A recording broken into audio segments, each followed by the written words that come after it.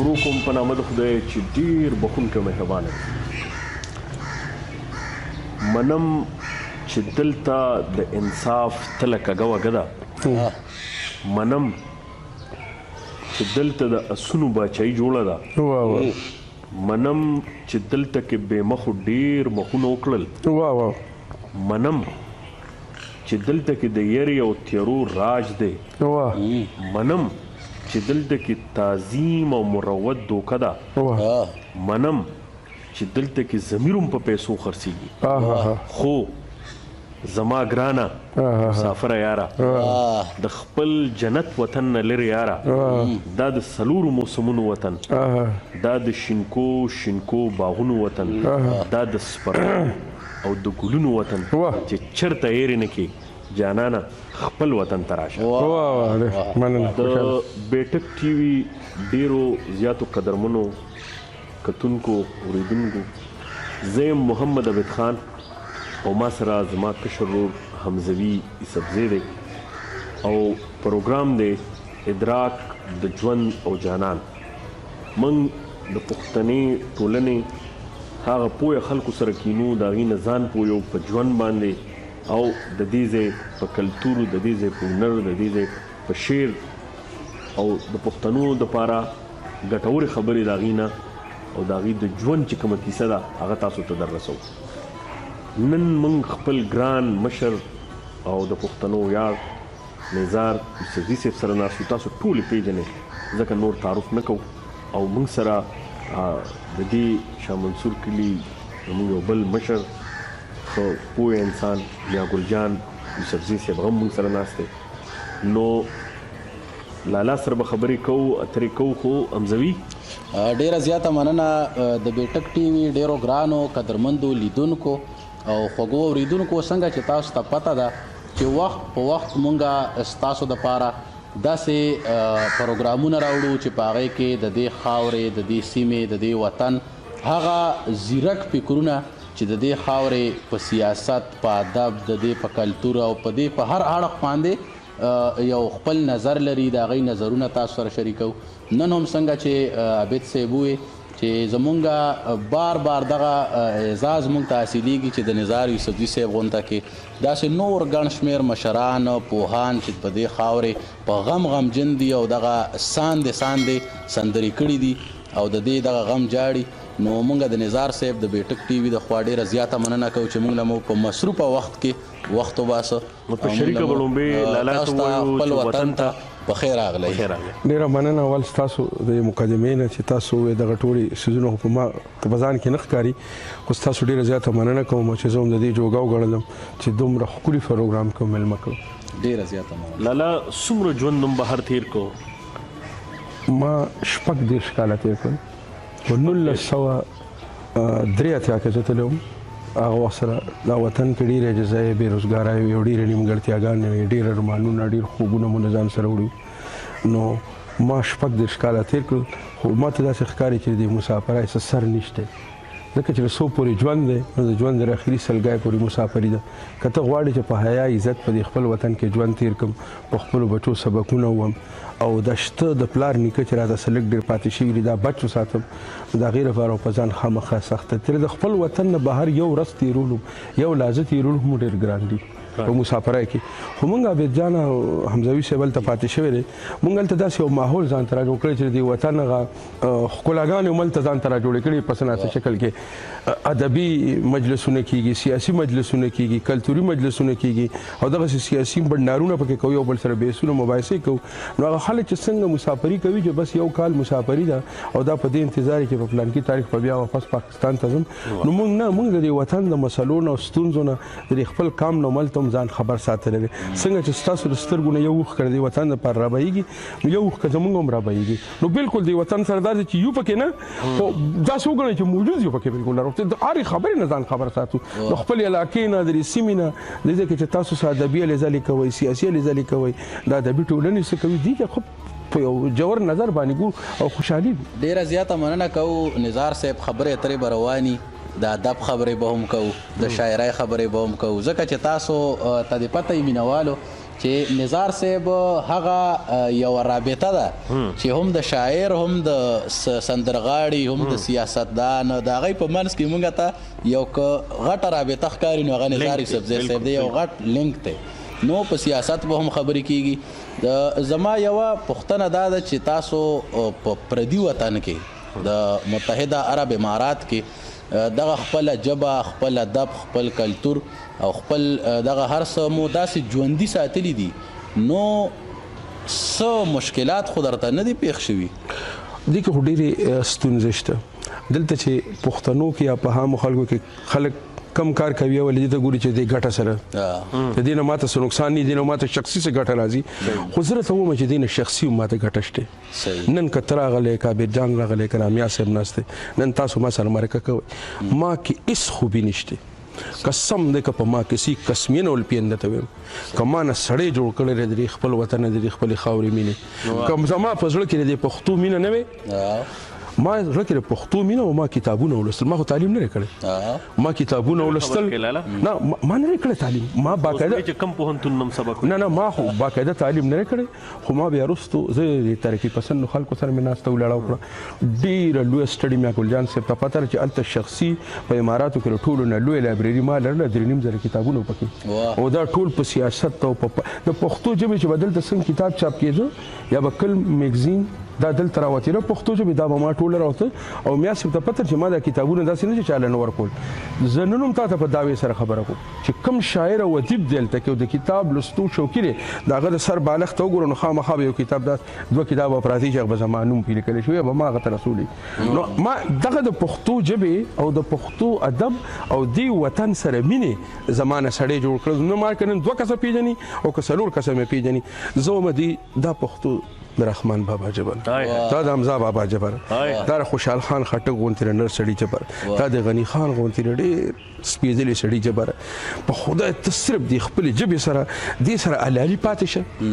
د دې په نره خدمت وکړه ته وګوره په دې ټوله دنیا کې به دې وځلئ هر څوک به د اعزت او احترام درکوي ګوره زه خو نه شاعر یم نه ادیب یم نه سیاستدان یم نه لیکوال یم هېڅ شی نه 2 څلور خبرې راله راځي اپله دې پله څه کږې وږې خو د دې وطن د مینې نه دا سړي نه سړی جوړوي بس ډېر ښه نو لالا تاسو هلته هم هلې ځلې کوئ وایي چې سیکنډ په سیکنډ د دې ځای نه ځان خبرومه نو دا انسان چې بهر بیا ورسره ډېره مینه پیدا شي د خپل وطن سره نورم او تاسو خو بهر وې موږ چې صرف د اسلام آباد کې وو نو موږ ته به دا خپلې علاقې او دا خپلې حجرې ډېرې ښې به موږ لګېدې نو سوینه چې دلته کې کم ادبي هلې ځلې دي لومبې به د ادب حوالې سره ځوي خبرې شروع نو دې حوالې سره چې کم نن سبا د سوشل میډیا دا نوې شاعران راځي تقریبا د روزو په بنیاد اوس شاعران پیدا دې چې کوم د اکټیویټیز روان دي دا کومې کیسې روانې دي ته تاسو په کوم نظر ګورئ دا اکټیویټیز خو ډېر ښه دي زه خو اوس هم دا وایم که په پښتو ژبه کې چا کتاب چاپ کړی دی په کوزه پښتونخوا کې نو هغه شاعر او ادیب دی نن ته لاړ شه د یونیورسټي په ایجنسي ته نور د کتابونو دکانونه ده چې څومره کتابونه پراته دي نو هغه چې کوم دي شاعرانو ادیبان دی د خپلو بچو د خولې نړۍ راشکولی را او بیا د بدبختۍ نه پښتانه کتاب اخلي هم نه نو بیا دې شاعرانو ادیبانو په دې خلکو پسې ګرځېدلي د خپل کتاب ورته ګفټ کړی هم دی چې راشه ما کې ته نوم یې ورته هم او د عزت او احترام درناوي نوم یې ورته هم لیکلی دی بیا ورته خپل کتاب مو ورکړی نو پښتنو شاعرانو ادیبانو خو دا ژبه په ډېرو نامناسبو حالاتو کې هم ژوندی ساتلی خو زه چې اوس د سلیګې مودې نه ګورم د ادب دا معیار چې کوم دی دا لږه راټیټ شوی را ډېر زیات خلک داسې څیزونه لیکي چې په هغې وقتي طور په خلکو هغه جذباتي چې کوم ماحول او فضا را جوړه ده چې د هغې نه استفاده وکړي او خپل شهرت په ولس کې په څه طریقې سره محبوبیت حاصل کړي نو چې توس دې شاعرۍ ته ټولې ته ته راوالې دا وګورې زه د شاعرانو اوس لکه هغه جوړتیا پکې نشته تاله چې یو پوه سړی چې دغه پوه سړی چې دغه ادب لولي نو هغې ته چې کوم دی نو کې هغه جوړتیا نشته چې کومه جوړتیا په دې کې پکار ده یو خو دا خبره ده اوس یو بله خبره کوم دې ټولو ادبي ټولنو ته زه خواست کوم ما هلته یو خبره کړې وه چې شاعران ادیبان چې په کوم سیاسي ګوند کې دي په هغې کې پکار ده چې په ټولو سیاسي ګوندونو کې شاعران ادیبان خو دی د هر سیاسي ګوند او د هر مشر نه تپوس وکړي چې ستا په منشور کې او ستا په آیین کې د مورنو ژبو لپاره څه دي واه ډیره لویه خبره صحیح ده. دی دا تپوس خامخا شاعرانو دیبانو کې چې کوم سیاستدان نشي که هغه ملت پاله شاعر دی او که نه هغه د مرکز سیاست کوي هغه هم دا تپوس وکړي چې ته مورنو ژبو ته ته زما د مور پښتو ته په کوم نظر ګوري. صحیح دا ډیره بنیادي خبره. ټول شاعرانو ته دا خواست کوو چې دی د نن نه چې څوک دې اوټ هم غواړي د شاعر ادیب نه ودی چې اوټ ته در کوم دا راته خپل منشور راته وښایه دې کې د مورنو ژبو په حواله ستاسې لیکلي دي په داسې طریقې سره دقسې د مورنو ژبو دا ورځ کول غواړي او په دې زما په خیال تشې مشاعرې نه دي کول پکار په دې خبرې پکار دي د سکولونو ته تلل پکار دي د خپلو ماشومانو ته ویل پکار دي چې دا زموږ مورنۍ ژبه ده دا د 3.5 کالو ژبه ده په دې کې زموږ پلارانو زموږ نیکانو زموږ اساسره زموږ خوبونه خیالونه فکرونه هر څه په دې ژبه کې دي نو دا ژبه داسې په اسانه باندې خلکو ته ورکول نه دي پکار. زه هم چې لږ کې د شاعرانو ادیبانو زموږ مسله ده چې زموږ شاعران ادیبان ټول سره له فیسبوک ته کېناستېدل کتاب نه ګوري علم به راځي که ته دنیا بدلول غواړې کتاب باندې به بدلوي که ځان پوهه کول غواړې که بل پوهه کول نو مطالعه به پکار وي. پښتانه شاعران زه ته هم چې شاعري کتابونه هم نه ګوري. زه ډېر شاعران داسې پیژنم چې شاعري کوي دا د روس امضا نه د روس امضا نه دی نو څه ته به غزل څه ولیکي ته چې نظم لیکي او تاجمل بابا نه نو څه ته به نظم څه ولیکي که نه نو یو خبره هغه نثر خو زه پرېږده چې دی شاعري هم نه ګوري او شاعري کوي. بل دا سوشل میډیا چې موږ زه ګورم یوز کوي خلک نو دې لپاره دا یو کار دی چې بنیادي خبرې راچېړل پکار دي. زه ګوره دا یو د سټیټ یو سازش کوم څنګه چې بلا خلک په نورو مسلو باندې مشغول کړي دي په دې هم خلک مشغول ساتلی دي چې کومې د دې وطن د دې خاورې بنیادي مسلې دي دی په داسې مسلو کې اخته ساتلی دي. زه داسې ویډیوګانو ګورم هغه 500 کسانو ویشلي چې په هغې کې هېڅ یو د کار خبره نه چې سړی ته زده کړي هېڅ یو خبره د کار نه چې ته یې پته کې یا چې بل څوک زده کړي د هغه ویډیوګانې خلک ګوري شیر کوي نو دا چې کوم سړی ویډیو چې زه ته مال راځي یا همزوي صاحب بل راځي هغه نه پکار دي چې داسې څه خبره د هغه د خولې نه راوباسي چې خلک ترې زده کړه وکړي. اوس ته را ټولې ویډیوګانې راجمع کړه دا ټولې انټرویوګانې وګوره په دې کې به ته داسې خبره به ترې زده نه کړي بنیادي خبره د هغې نه راوباسي. نو زما خیال دی چې دا یو سازش دی چې خلک په دې خبرې کې مشغوله ساتي. ښکلې خبرې تفصیلي خبرې روانې دي نورې پوښتنې به هم هغې طرف ته به راځو. د شاعرۍ او د شاعر او د ادیب خبره تاسو وکړه که دغه بله پوښتنه ستاسو نه وکړو چې د نن د سندرغاړي نه څومره مطمئن یې تاسو؟ یاره په سندرغاړو کې هم ډېر کسان داسې دي لکه اوس چې سړی نومونه د چا بیا پاتې شي بده خبره ده خو لکه زه به دا ووایم چې په دې تېر وخت کې هارون باچا د پښتو علم او هنر ته ویاړ راوبخ. زه اوس افغانستان ته تللی وم هارون باچا سره ما وختي تاسو ته وایي چې هغه سره اوس خلک مینه هم کوي خو عقیدت ورسره لري. هارون باچا د پښتو د هنر د دوره عزت وبخو چې نن ټول تعلیم یافته هلکان وایي چې ما سندره ووي ټول تعلیم یافته هلکان او د ښو کورنو هلکان ماته وایي چې لالا زه سندره ویل غواړم زه داسې کوم. هغه د هنر سره بیا د سندرې ویلو سره دې سره دومره انصاف وکړه دې خبرې سره چې هغې دومره ښه شاعري ورته راړه او بیا پښتون افغان فکر یې ورته راړه. ته وګوره په دې وطن کې به داسې یو مسله داسې یو ستونزه نه راغلی چې هارون باچا به هغه نه جړلي چې هارون باچا به هغه په خپل اواز کې د پښتنو ته یاده کړې نه لکه که نه نو بیا داسې کرن خان ډېر زیات ښه هنرمند دی هغه هم دې طرف ته ډېر پام کړی دی او هغه دا د پیسو ټکو یا صرف د شهرت او د عزت لپاره نه بلکې د هنر ته ډېر ویاړونه رابخلي. زموږ چې کوم ډېر پخواني هنرمندان وو هغه هم ډېر ښه تخلیق کړی دی خو دا نوي هنرمندان دا چې ټول راغلي د کمپیوټر د موسیقۍ ته کېناستل محنت نه کوي په سر تال ځان نه پوهه کوي چې هنر به د شاعرۍ انتخاب ته چې ته وګورې ما وختي تاسو ته خبره وکړه د یو ډېر لوی هنرمند نوم مې واخیست چې د هغې ټولې سندرې تاسو راولئ تاسو ډېر په دې هنر مین خلک یې ما ته یو سندره وایي تاسو ته به یاده نه ځکه چې هغې سندره نه ویلې بس خو تا وله سندرې راوړلې 100 روپۍ ورته په کتاب د پاسه ایښي ویلي ده ورته 100 سندرې راوړلې سندرې ویلې دي په کار ده چې پښتانه هنرمندان ډېرې پیسې هم ګټلې دي. یو خبره پښتانه هنرمندان دا کوي یو خبره بل هم ده زه د دې خبرې پاک کې نه منم پوهېږم چې دا به غني خان کړي که نه یې کړي خلک وایي چې پښتانه هنري خوښ ته هنرمند له عزت نه ورکوي زه دا نه منم زه بالکل دا نه منم. پښتانه که هنرمند له عزت نه ورکړو نو هارون باچا به نن داسې د هارون باچا به خلکو لاسونه ښکلول ته خو هم د هنر سره ته خو د دې هنر صحیح وارث جوړ شه که نه ته د دې هنر وارث جوړ شه. لالا زه ستاسو یو خبره تاسو ته در یادوم چې د هارون باچا باره کې تاسو کړې وه او زه په هغې ځای کې ناست وم او تاسو وی چې د هنر په بنیاد باندې د موسیقۍ کې بلا خلکو خو د کردار په بنیاد باندې خلک کم او دا د کردار خاوند نو کردار ضروري دی. کردار ډېر ضروري دی. ګوره بله زه تاته خبره وکړم، پښتنو هنرمندانو چاله عزت نه دی ورکړی. زمونږ ټول هنرمند چې څنګه د پښتنو ژوند دی نه خو د پښتنو ملټي نیشنل کمپنۍ شته نه لوی لوی کاروبارونه شي چې په سره لاس کېږي. بله خبره دا ده چې زه دا یو خبره کوم چې د هنرمندان ټول د پښتنو نه ګیلې کوي. اوس کې هنرمند خراب شو، بوډا شو، ضعیف شو، بیمار شو، نو دی هنرمندانو له پکار دی پروګرام ورو کې کنه دا غره لپاره یو شو را جوړ کی. په هندستان کې خو هیڅوک نه د حکومت نه تمه ساتي نه د ولس نه تمه ساتي. تاسو یاد لالا کله مې دیسن بیمار شو څنګه لالا خبرو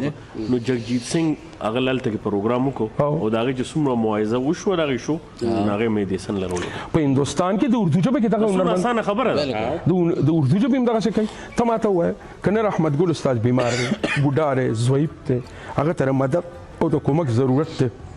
د هغه لپاره موږ سره په دې بې خوند خلکو جوړی ګرځو، سره د وزیرانو د ممبرانو ته بیډه دا هنرمندان یو پروګرام وکړي د دوی په دې ولس کې بلا ډېر محبوبیت شتمنو خلکو سره تعلقونه لري، ټول د هغوی په بیټکونو کې ناستي ته موسیقۍ غږوي. پکار ده چې خو پروګرام ورته وکړي نو زموږ دا هنرمندان به په عزت پاتې شي،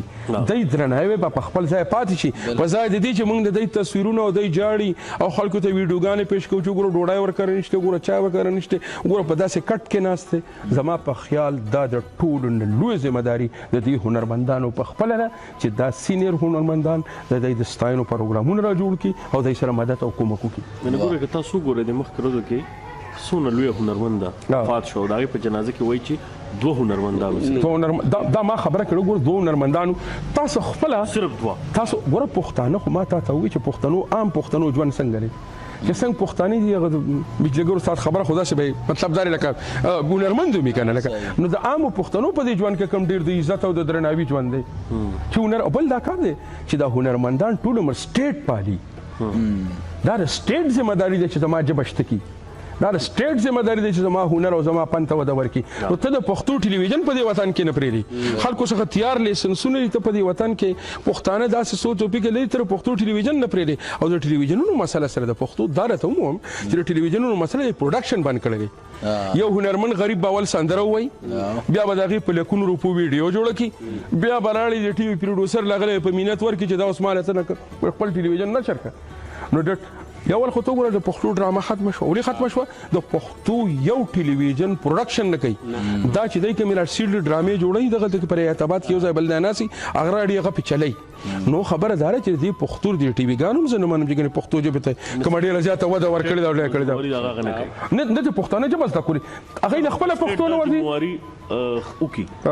نو دې سره خو بس سټیټ ته فائدې یعنی چې څنګه او هندستان کې موږ وایو الته کې سټیټ 2 شیزونه اون کوي یو د هغې شوبز یو د کرکټ او هغه هغې اون کوي نو د هغې نه هغې ډېر زیاتې د ملک دپاره ګټې کوي نو که فرض که سټیټ دا ولې نه خپلوي ته څه مسله ده دا نه کوي هندوستان ګوره د هندوستان وزیر اعظم نریندر مودي په اقوام متحده کې ودرېد او هغه سینه وډبوله چې د دنیا له ټولو نه ډېرې ژبې زما په وطن کې ویلې کېږي د هندوستان 14 ژبې قومي ژبې دي د کاناډا غونډه ملک پنجابي خپل قومي ژبه جوړه کړه چلته کې چې بلا ډېر سکان ولته کې کنه نو د کسیت دا سوچوګه چې موږ هم دا پکار دي چې دا ژبه خور د پښتو چې د افغانستان او پاکستان دواړو کې ویل شي د ژبو نه چاته خطر ده سندي دار نن سنديان وای یا لیکلم شي لوستلم شي زموږ په کوزه پښتونخوا کې په سلو کې 15 کم سل پښتون وړه سره ته موم استاد کالجونو د یونیورسيټو پروفیسوران پښتون نشي لیکل بالکل نشي لیکل نه استاد ام ای او استاد لولو ډیګری دومره ډیګری وسخه دي او غیر پښتون نشي لیکل پښتو صحیح ویلم نشي دغه د تیر وختونو کې تاسو خبره کوئ چې کله حکومت وی چې پښتو ژبه نصاب کې شامل او بیا استاد نو په سکول کې ها استاد ور سره د سره نو استاد ځکه نو چې مخکې چا پښتو ویل نه دا خو چې د تیر حکومت دا فیصله وکړه چې د پښتو موږ در 12مه پورې وړو نو هغه په د ابتدا نه دی وجه شروع کړه چې خلک به پښتو زده کی بیا برورو موږ ته استادان را پیدا کیږي ته ماته وای کنن پښتو در 12مه پورې شتي دا ټول شاعران ادیبان مر خدای په فضل سره په سکولونو کې استادان د دې مالی حالات پخ شي زما جبه ته بوده میلاو شي دی خپل کتاب په خپل چاپ کول شي مشاعري به کول شي بندارونه غونډه برا جوړول شي کنه لکه خو خبره دار چې دا سیاسي خبره ده او دا ګیله ګوره موږ نن د مرکز نوم نشو کولای چې زما جبه لای عزت ورکړي دا خبره ده 13 ترمیم نه پس او د صوبایي دی دا که سبا صوبایي حکومت غواړي دا چې به در 12 14 پورې چې کنه دا چې به ناپیزول شي دا زمونږ د پښتنو او مونږ کې څه چل چې په دې صوبای کې زما خیال 300 شهران به خو د جبه په حواله دغه شعور سوره دغه پوه سوره ده بالکل نو چې هغه ته دا پته نه او په سیاستدانانو کې پښتو چې ده زه په دعوی سره خبره کوم صرف ملت پاله پښتنو باچا خان پښتو لیکلی ده ولی خان د نړیوال سټینډرډ کتابونه په پښتو ژبه کې لیکلي دي اختیاري په خدای خدمتګار تحریک باندې یو ماته بل سیاستدان څوک خو چې په کتاب پښتو کې لیدلي او دې کې ټولو نه لوی رول لري مذهبي مدرسو والے هم دي ترې حقانی ته لاړ شه د حقانی په یو کلاس کې 1400 کسان نستی هغه کې صورت درس هغه ورکي غټول په پښتو کې ورکي خو هغه لوی چاپخانه لري حقانیه لوی خو یو ټکي په پښتو کې نه چاپ کوي د اردای کتاب وته پروت دی د اردای نصاب وته پروت دی او ماشومان ته په پښتو کې وایي دوی باقاعده پښتو ژبې سره یو دښمني لري په زړه کې سره یو تعصب لري صحیح الانکه دوی د استادان چیرې دوی ته څه چې پوردا کې ازر ته وبلغه پښتنو لره پښتو د خپل ژبه ولوم صحیح نه ورځي پښتو چې کومه اردو ولوم نه ورځي انګریزي ولوم نه ورځي د دنیا یو ژبه پښتنو له سم نه ورځي چې ته وته کینې زموږ په ټي وي کې چې کوم خلک ناس یې انکاران دي نوز پروډوسران دي هغه له پښتو نه ورځي ستاسو یونیورسيټو کالجونو خلکو له پښتو نه ورځي نو دا مدرسو کې چې کوم خلک دي د مذهبي علمانو ته مونږ وایو چې تاسو په ځای دی چې پر خپل تقریرونو کې شیخ سعدي او د مولانا روم شعرونه وایي هغه د پارسا ډیر لوی شاعران دي موږ ته عزت او احترام لرو دغه د رحمان بابا شعرونه وایي دغه د حمزه بابا راشه سره ته پتاس دا شعرونه وایم ته تیر او باسم بالکل کنه ته دا شعرونه وایي نو خلکو د خلکو په زړونو کې پښتنو شاعرانو ادیبانو احترام پیدا شي نو ته د سره وجه دا وجه سره پښتانه عالمان په خپل تقریرونو کې د پارسي او د عربی شعرونه لوي دا یو نفسیاتي بیماری ده د علمیت خپل علمیت خو چې زما په پارسي هم دورو بورا سره بیا به تاسو چې د عربی جبه یو شاعر او پلان او داسې او په سارا کې او دا چل کړو هغه دغه یو شعر به تاسو رسوي ته نه پوهیږي چې دا شعر د عام عربي بیا به تاسو الټا ترجمه وکي نو ظالمانو دې په ځای د خپل جبه وای د خپل شاعران د خپل ادیبان چې کوم دي دا خو د ولس کې درانه کوي کنه بالکل پردې جبه د کول کلوي کمال لري خپل جبه يرول به کمالي ده او اول خپل جبه پس ته نور جوي به بنیاد امارات خو سمون نه کا کومیا ګل جان صاحب د لالا په شخصیت د نزار یوسفزي تاسو مخ کې تاسو په متحده عرب اماراتو کې تاسو مخ کې تللی وي او لالا دي درلو تاسو ولتم دلته تاسو یو کشر دی تاسو یو کلی نو د نزار یوسفزي د شخصیت حواله سره مختصر تاسو ګران مینوالو ته وایي ابي جان د بنيريا خبر چوس سووا نزار زما خیال چې دا سده چې کزه د نزار باره کې سوام نه لکه نور ته چې دیو مخامخ کوم زنا لست سالم او ما کدا د وسلور خبرې زده کړې دي تاسو سره کینم تاسو سره اورم نو په دې کې زه اس شرم نه محسوسوم چې دا د دې نزار او یو ملګری دوه نور داسې چې دا غي برکت دی